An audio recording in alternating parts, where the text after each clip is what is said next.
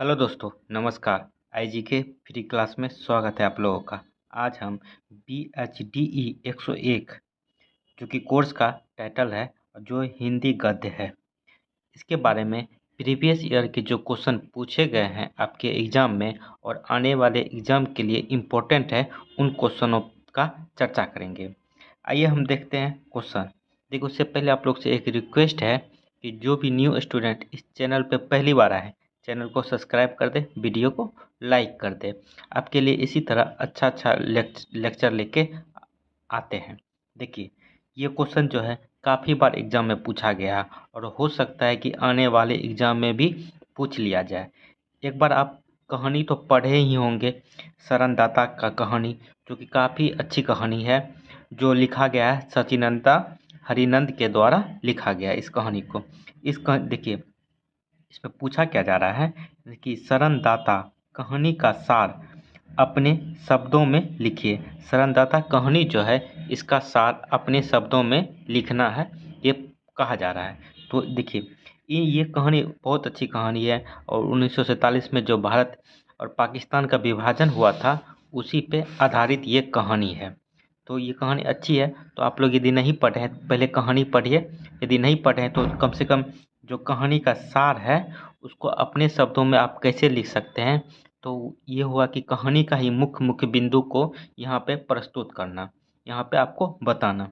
तो इस कहानी का सार समझ के आप इसका कहानी का सारांश लिख सकते हैं अपने शब्दों में। आइए देखते हैं इसका सारांश या अपने शब्दों में सार। ठीक है, देखिए, शरणदाता कहानी का रचयिता सचिनंदा हरिनंद वात्स्यायन अज्ञा है। भारत विभाजन के दौरान कहानी के नायक देवीनंद लाल जी सांप्रदायिक दंगों के शिकार हो जाते हैं। उपद्रवियों की नज़र से बचने के लिए उन्हें शेख अतउल्लाह के अहाते में शरण लेनी पड़ती है। अहाते का मतलब हुआ यहाँ पे अहाते का मतलब हुआ यहाँ पे कि उसके शेख अताउल्लाह के घर में, अहाते मतलब घर में शरण लेनी पड़ती है। देखिए, देवीनंद लाल जी को लगता है कि यह ठीक वही स्थिति है जिसे कैदी जेल में भुगते हैं। जब देवीनंद लाल जी शेख अतउल्लाह के घर में रहते हैं तो उसको एक कमरे में बंद कर दिया जाता है। तो उसको लगता है कि उसका जीवन जो है, जैसे जेल में एक कैदी भोगता है, उसी तरह उसका भी जीवन बीत रहा है। आइए इसको थोड़ा सा व्याख्या करके जानते हैं। थोड़ा सा ऊपर कर लेते हैं। देखिए देखिए व्याख्या। शरणदाता कहानी की शुरुआत लाहौर में रह रहे दो दोस्तों रफीकुद्दीन तथा देवीनंदलाल की बातचीत से होती है। 1947 का भारत पाक विभाजन का समय है। चारों ओर हिंदू मुसलमानों के बीच सांप्रदायिक दंगे भड़क गए हैं। लाहौर पाकिस्तान की सीमा में शामिल होने जा रहा है, इसलिए यहाँ के हिंदू अल्पसंख्यक संप्रदाय के हो गए हैं। देखिए, जब भारत और पाकिस्तान का विभाजन हुआ था तो पाकिस्तान साइड जो है, जो अल्पसंख्यक हिंदू थे, उन पे खतरा मंडराने लगा था, क्योंकि सभी भारत के विभिन्न क्षेत्रों से जो मुसलमान थे वो भारत से पाकिस्तान में जा रहे थे। वहाँ पे जो हिंदू थे, छोटा छोटा बहुत, उसे अल्पसंख्यक हिंदू कहा गया है। उसी में थे देवीनंद लाल जी। तो वहाँ पे जो है मारकाट उस टाइम का, आप यदि पढ़े होंगे इतिहास तो आपको इस चीज़ से आप भली भांति जान रहे होंगे कि यह क्या कहा जा रहा है। देखिए आगे, क्या है कि ज़्यादा डीप में हम नहीं जाना चाहते, जो कहानी का सार है उसी के अनुसार। ज़्यादा डीप में जाने के बाद थोड़ा सा लंबा हो जाएगा। आइए देखते हैं। इसलिए यहाँ के हिंदू अल्पसंख्यक संप्रदाय के हो गए। जान और माल की रक्षा के लिए वे भारत की सीमा में पड़ने वाले शहरों क्षेत्रों की ओर भाग रहे हैं, लेकिन रफीकुद्दीन देवीनंदलाल से वहीं रुके रहने का आग्रह करते हैं। देखिए, रफीकुद्दीन जो है देवीनंद लाल जी को वहीं आग्रह करते हैं। आग्रह करने का मतलब क्या हुआ, देखिए इसके साथ भी एक कंडीशन था। इनकी पत्नी बेटी जो परिवार था वो मौसी के यहाँ चले गए थे। तो वो लगता था कि वो आएंगे, जब यहाँ पे हम नहीं रहेंगे तो कौन उसको देखने वाला रहेगा। उसी के वजह से देवीनंद लाल जी यहाँ रहना चाह रहे थे।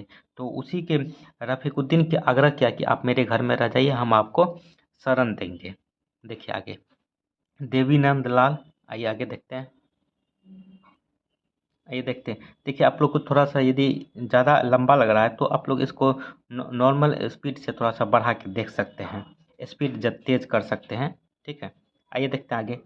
इससे सहमत है, लेकिन वे पाते हैं कि धीरे धीरे सभी हिंदू वहां से पलायन कर गए हैं। तो देवीनंद लाल जी को लगता है कि पाकिस्तान में जितने भी हिंदू थे वह धीरे धीरे भारत की ओर पलायन कर गए हैं। देखिए आगे, अब इस अब उस मोहल्ले में वही एकमात्र हिंदू रह गए हैं। देवीनंद लाल की पत्नी जालंधर अपने मायके गई हुई थी। जो हम आपको बताए थे, देवीनंद लाल जी को पाकिस्तान में रहने का एकमात्र ये था कि उनकी पत्नी जो है, पत्नी और बाल बच्चे जालंधर चले गए थे अपने मायके। तो देवीनंद लाल जी को लगता था कि वो जब मायके से लौट के यहाँ आएगी तो हमको नहीं पाएगी तो वो क्या करेगी। तो उसी के एवज में वो देवीनंद लाल जी को पाकिस्तान में रुकना पड़ा था, और जिनको शरण दिया था रफीकुद्दीन ने अपने घर में। देखिए आगे क्या होता है। रफीकुद्दीन कुछ दिनों के लिए अपने मित्र को घर में रहने के लिए निमंत्रण देता है। देवीनंद लाल जी, रफीकुद्दीन और देवीनंद लाल जी जो है घनिष्ठ मित्र थे। ठीक है, देखिए देवीनंद लाल जरूरी सामान लेकर रफीकुद्दीन के यहाँ आ जाते हैं। उसी दिन उपद्रवी उनके घर को लूटकर आग लगा देते हैं। शहर में असंतोष का माहौल फैला हुआ है। देखिए जिस दिन देवीनंद लाल जी रफीकुद्दीन के घर में रहने के लिए गए कुछ सामान लेके, तो उसी दिन जो है, मतलब जो उपद्रवी है उनके घर में, उन घर को भी लूट लिया, उनके घर में भी आग लगा दिया। तो देखिए यहाँ पे कितना माहौल ख़राब था पाकिस्तान में उस टाइम। तो वहाँ से देखिए कैसे कैसे इनको रहना पड़ रहा है रफीकुद्दीन के यहाँ, और रफीकुद्दीन किन किन खतरे का सामना करना पड़ता है वो भी देखिए। क्योंकि ये कहानी का सार है। कहानी का सार आप अच्छे से जब तक नहीं समझिएगा तो आप लिखिएगा कैसे, कहानी भी इससे समझ में आ जाएगा आपको। देखिए रफीकुद्दीन की बिरादरी, बिरादरी मतलब रफीकुद्दीन की बिरादरी का मतलब हुआ कि इनके जो जात के लोग थे, मुसलमान जो थे, तो यही हुआ रफीकुद्दीन की बिरादरी। देवीनंद लाल के हिंदू अस्तित्व को सहन नहीं कर पा रही है। हिंदुओं को मजा चखाने के लिए वह उनका शिकार करना चाहती है, लेकिन रफीकुद्दीन देवीनंद लाल, देखिए आगे, लेकिन रफीकुद्दीन देवीनंद लाल को उनके हवाले नहीं करते हैं। जो वहाँ पे जो उपद्रवी है, उपद्रवी जो है रफीकुद्दीन को कह रहा था कि आप देवीनंद लाल को अब मेरे हवाले करिए, उसको मार देंगे हम। मगर देखिए यहाँ पे दोस्ती इसने निभाया, इसने कहा था कि मैं आपके हवाले नहीं करेंगे। तो देखिए आगे, बिरादरी देवीनंद लाल को बलपूर्वक हथियाने की धमकी देकर चली जाती है। लाचार रफीकुद्दीन को के सामने अब देवीनंद लाल को अपने घर रोके रखने का कोई उपाय नहीं बचता। वे गुपचुप तरीके से अपने एक मित्र शेख उताउल्लाह के तालाबंद अहाते मतलब जिस घर में ताला लगा हुआ था उस घर में उसको शरण मिलता है। देखिए आगे, में देवीनंद लाल को छुपाने का प्रबंध कर देते हैं।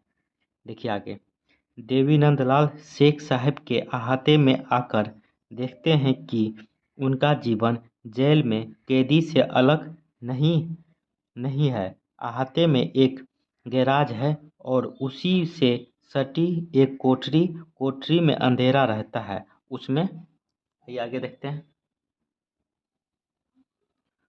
उसी देखिए आगे, कोई खिड़की नहीं है। एक आला है जिसमें पीने के पानी का सिर्फ एक लोटा है।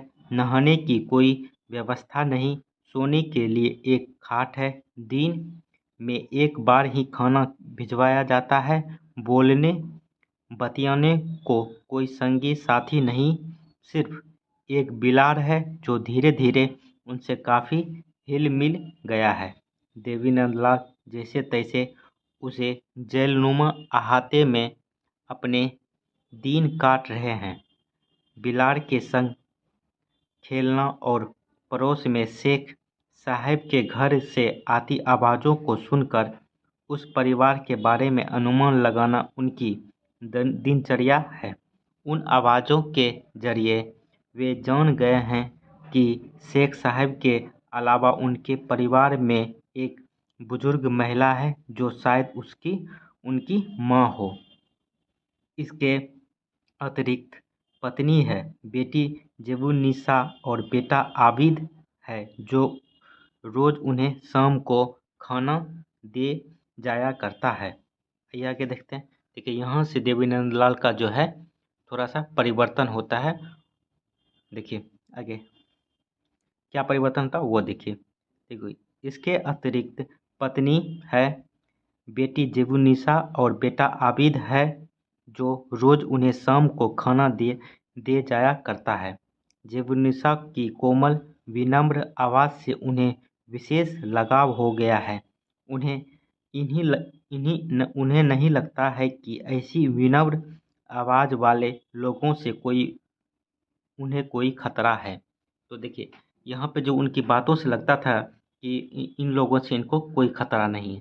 देखिए खतरा होता है, कैसे होता है और बचाव भी होता है देवीनंदलाल को। तो कौन बचाता है तो आगे की कड़ी में यही बताएंगे हम आपको। देखिए सार है, कहानी तो बहुत लंबा होता है। सार संक्षिप्त रूप में आपको कहानी का मोटा मोटा जो चीज़ होता है वो बताने का कोशिश कर रहे हैं। तो थोड़ा सा आपको लोग को लग रहा है कि बहुत धीरे बता रहे हैं, तो आप लोग स्पीड बढ़ा के भी देख सकते हैं इसको। देखिए आगे।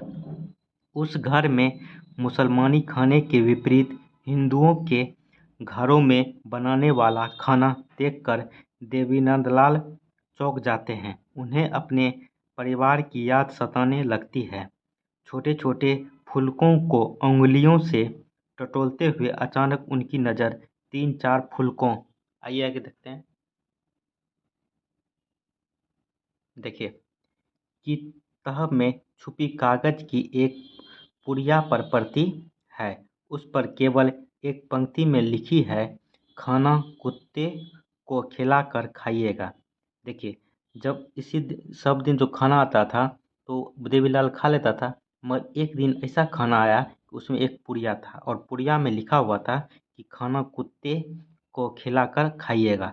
देखिए यहाँ से क्या चेंज होता है देवीनंदलाल के जीवन में। देखिए देवीनंदलाल के पैरों के तले जमीन खिसक जाती है। उन्हें विश्वास नहीं आता है कि शरणदाता ही शरणार्थी के साथ विश्वासघात कर सकता है। देखिए उस खाने में जो था कुछ विष था, जिसके कारण वो देवीनंद खिला के मारना चाहता था। जिसको बचाया था जेबुन्निसा जो शरणदाता की बेटी थी। देखिए आगे देखिए। बिलाल को बिलार को देखकर उन्हें एक उपाय सूझता है। वे खाना उसे खिला देते हैं। मन ही मन दुखी भी हैं कि वे भी प्रिय पात्र बिलार के साथ वही विश्वासघात कर रहे हैं जो उनका शरणदाता उनके साथ कर रहा है। देखिए बिलार जब देवीनंदलाल को उस कोठरी में बंद किया जाता है तो बिलार और देवीनंदलाल के बीच में एक गहरी दोस्ती हो जाती है। तो देवीनंदलाल सोचता है कि जो मेरे साथ विश्वासघात हो रहा है, हम भी इस बिलार के साथ वही विश्वासघात कर रहे हैं। देखिए आगे। लेकिन और कोई उपाय भी नहीं है। बिलार खाना खाकर मर जाता है। भय के मारे देवीनंदलाल के रंगोटे खड़े हो जाते हैं। अब यहाँ बने रहना खतरे से खाली नहीं है।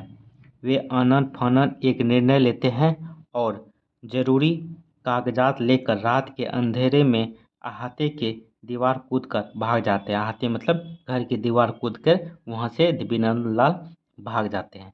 आइए आगे देखते हैं। देखिए इसके बाद लेखक 1.5 महीने बाद की कथा कहता है। अब देवीनंदलाल दिल्ली में सुरक्षित है।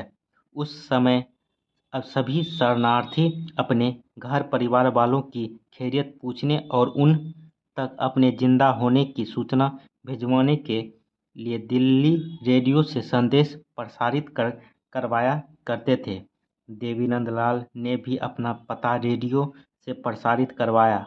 इस घटना के बाद एक दिन उन्हें लाहौर से एक चिट्ठी मिलती है। चिट्ठी शेख साहब की बेटी, देखिए शेख साहब यहाँ पे क्लियर हुआ, शेख साहब की बेटी जेबिनिसा ने लिखी है। वह अपने पिता की करनी पर शर्मिंदा है। आगे देखिए है, लेकिन इस बात पर संतुष्ट भी है कि देवीनंदलाल बच गए हैं। वह प्रार्थना करती है कि यदि वे जान बचाने के लिए उसका जरा भी एहसान मानते हो तो हिंदुस्तान में फंसे अल्पसंख्यक मुसलमानों की हिफाजत करें। उसका विश्वास है कि धर्म से बढ़कर व्यक्ति पहले इंसान होता है। जेबिनिसा का कहना है कि धर्म से पहले लोग को इंसान होना चाहिए। ठीक है, आइए आगे देखते हैं। इसलिए इंसानियत की खातिर उसे दूसरों की मदद का कोई भी मौका गंवाना नहीं चाहिए। देवीनंदलाल की आंखों के सामने शेख साहब के विश्वासघात, जेबुन्निसा की मनुष्यता और बिलार की मौत का दृश्य घूम जाता है।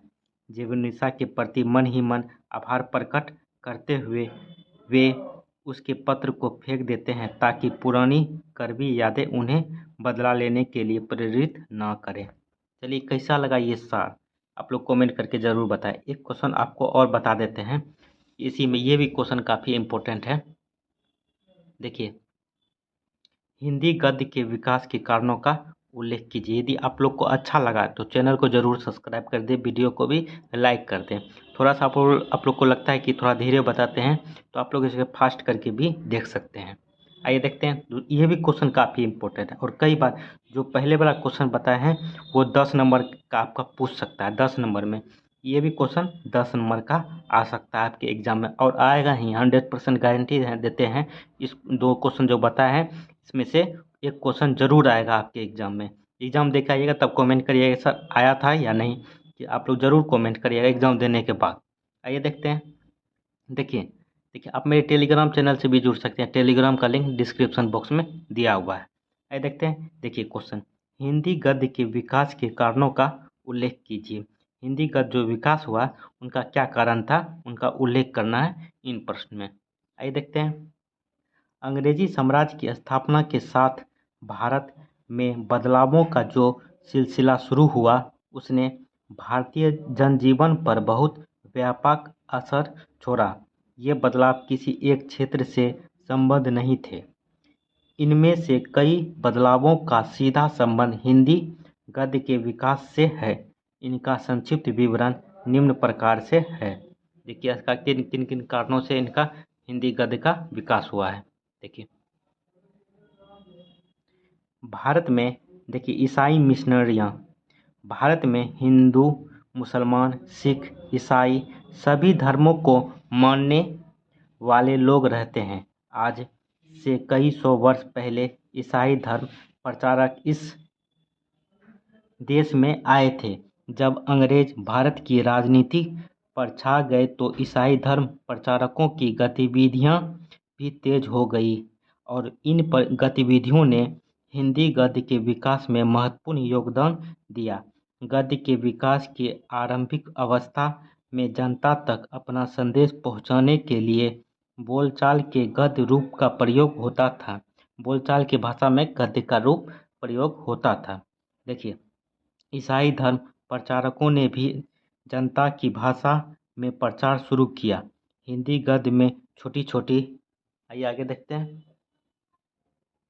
देखिए प्रचार पुस्तिकाओं तथा धर्म ग्रंथ बाइबिल के हिंदी अनुवाद से ईसाई धर्म के प्रचार को जहां गति मिली वहीं प्रकारांतर से इससे हिंदी गद्य के विकास में सहायता भी मिली।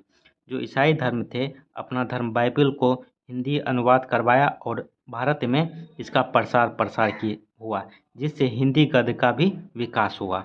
आइए देखते हैं दूसरा पॉइंट। देखिए नवीन आविष्कार, अंग्रेजों ने अपने साम्राज्य को सुदृढ़ करने के लिए मुद्रण, यातायात और संचार के नए साधनों का इस्तेमाल किया। ईस्ट इंडिया कंपनी ने सन 1844 से 1856 के बीच देश के दूर दूर के क्षेत्रों को रेल और तार से जोड़ दिया। मुद्रण मंत्रालयों जैसे प्रिंटिंग प्रेस की स्थापना ने हिंदी सहित विभिन्न भाषाओं में पत्र पत्रिकाओं और पुस्तकों का प्रकाशन संभव बनाया। यातायात के तेज साधनों ने इन पत्र पत्रिकाओं और पुस्तकों को रेल तथा अन्य तेज वाहनों से जल्दी दूसरों शहरों तक पहुंचाना शुरू किया। तार की सुविधा से समाचारों को जल्दी प्राप्त करना और भेजना शुरू हुआ। इसी से बड़ी मात्रा में समाचार पत्रों का प्रकाशन, ये आगे देखते हैं, देखिए, प्रकाशन और प्रसारण संभव हुआ और इसी कारण गद्य का लेखन भी तेजी से बढ़ा। देखिए तीसरा, देखिए शिक्षा का विस्तार। जो प्रश्न बता रहे हैं ये आपको 10 नंबर में पूछा जा सकता है।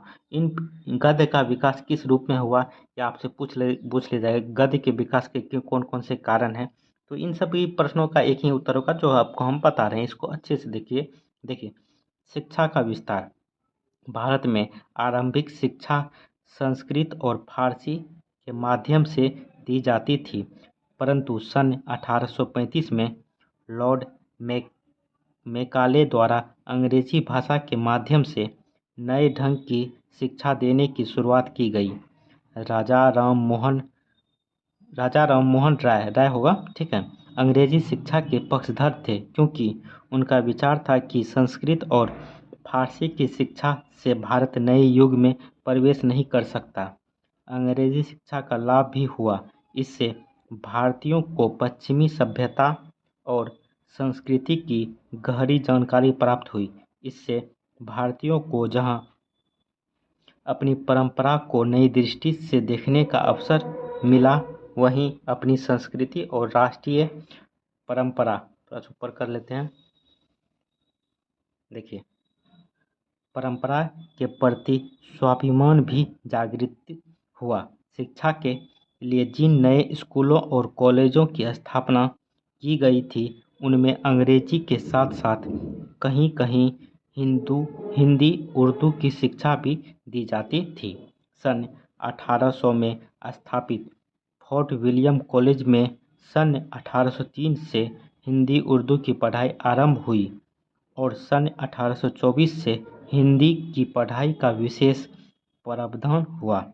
इस कॉलेज के संचालकों की नीति हिंदी के बहुत अनुकूल नहीं थी। देखिए आगे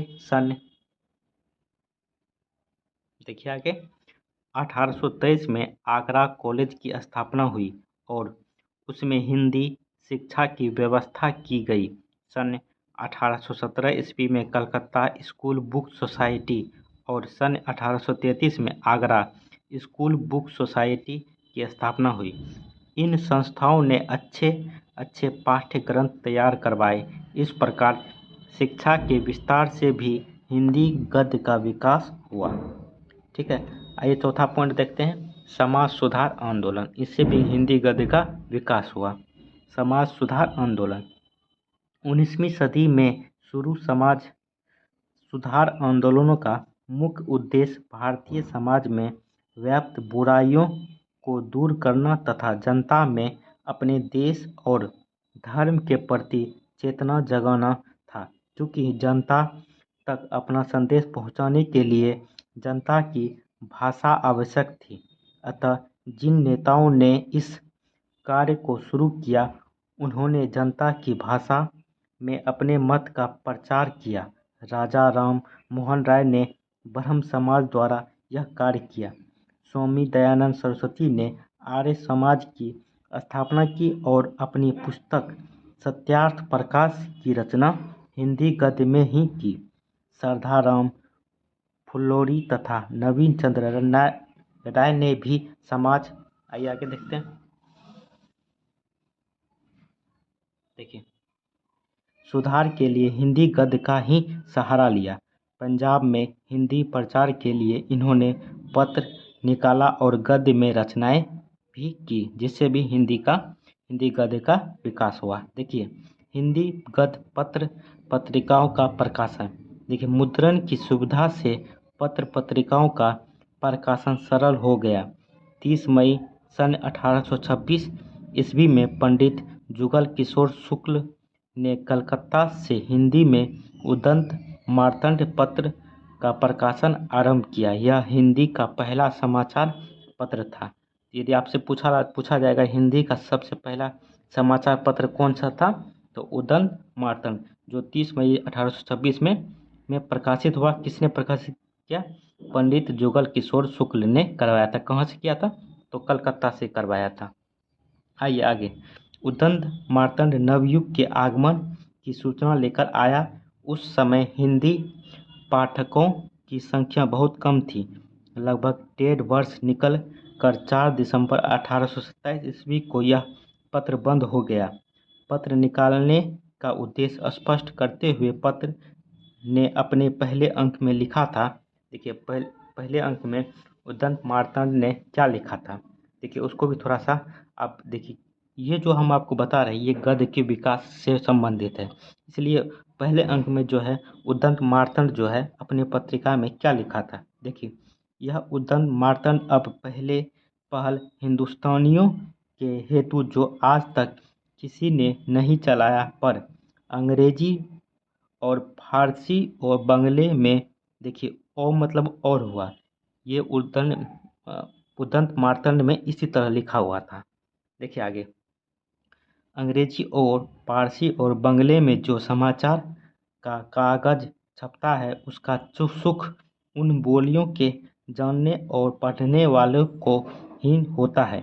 इससे सत्य समाचार हिंदुस्तानी लोग देखकर आप पढ़ और समझ लिया और पराई अपेक्षा न करें और अपने भाषा की उपज न छोड़ें। इसलिए आइए आगे देखते हैं।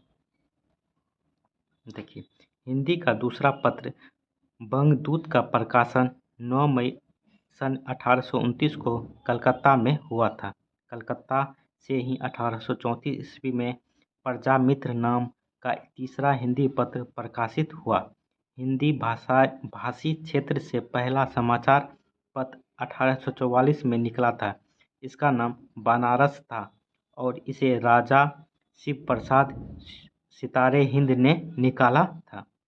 1846 ईस्वी में मौलवी नसरुद्दीन के संपादक में मार्तंड नामक एक और पत्र प्रकाशित हुआ। इस तरह 19वीं सदी के पूर्वार्ध में कई समाचार पत्र प्रकाशित हुए। 19वीं सदी के उत्तरार्ध में तो पत्र पत्रिकाओं की संख्या काफ़ी बढ़ गई। इस प्रकार हिंदी गद्य को विकसित तथा परिभाषित करने में पत्र पत्रिकाओं ने महत्वपूर्ण भूमिका निभाई। देखिए, हिंदी गद्य का किस तरह विकास हुआ और सरलता का सार जो आपको इस वीडियो में बताया। नेक्स्ट वीडियो में जो आपको हम बताएंगे इन क्वेश्चनों का विश्लेषण करेंगे। देखिए, रीढ़ की हड्डी एकांकी का मूल्यांकन कीजिए या रीढ़ की हड्डी एकांकी का प्रतिपाद कीजिए। इन दोनों प्रश्न का उत्तर सेम ही होगा।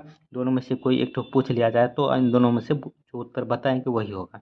तो इसके लिए चैनल को सब्सक्राइब कर दें, वीडियो को लाइक कर दें, दोस्तों के साथ भी ज़रूर शेयर करें। आप मेरे टेलीग्राम चैनल से भी जुड़ सकते हैं। टेलीग्राम का लिंक डिस्क्रिप्शन बॉक्स में दिया हुआ है, वहाँ से जुड़िए, क्योंकि नेक्स्ट वीडियो जो डालेंगे टेलीग्राम पे लिंक शेयर कर देंगे, वहाँ से आप देख सकते हैं। चलिए, कैसा लगा वीडियो कमेंट करके ज़रूर बताएं। चलिए, थैंक यू दोस्तों, जय हिंद।